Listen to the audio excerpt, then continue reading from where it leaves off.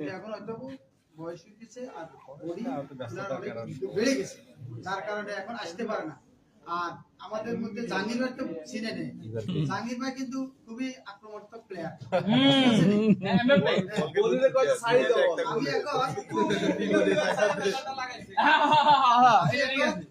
আমার জাহাঙ্গীর ভাইকে এই প্রবাদের উদ্দেশ্যে কিছু বলার জন্য অনুরোধ করছি।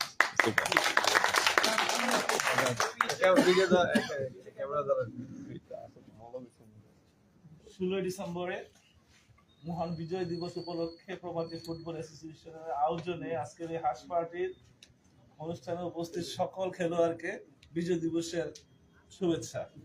সবাই শুভেচ্ছা গ্রহণ করুন। আসলে আমি খেলা খুব পছন্দ করি, আর খেলার চেয়ে একটু মানে খেলার মানে ড্রেস আপটাকে খুব পছন্দ করি। একটু বুট পরা, গেঞ্জি পরা আমার খুব ভালো লাগে।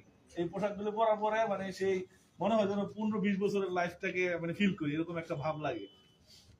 আর এই প্রবাদী ফুটবলের জন্ম আমার মনে হয় 10 বছর উপরে হয়ে গেছে। 10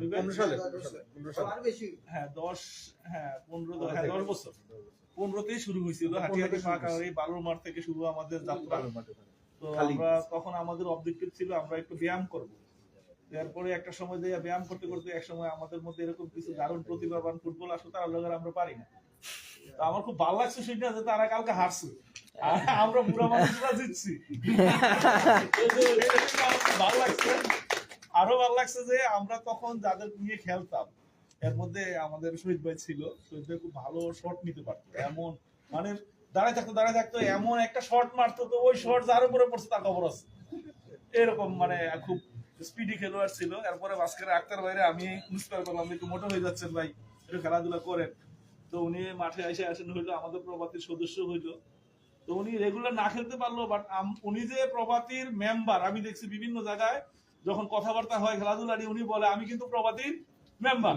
উনি এই পরিচয়টা দিতে ওনার খুব ভালো লাগে, আমি খেয়াল করছি কয়েকবারই দেখছি। আর স্পেশালি ধন্যবাদ নবী ভাইকে, কারণ নবী ভাই মানে ঝড় বৃষ্টি তুফান যত কিছুই হোক না কেন এই মাঠটাকে ধরে রাখছে।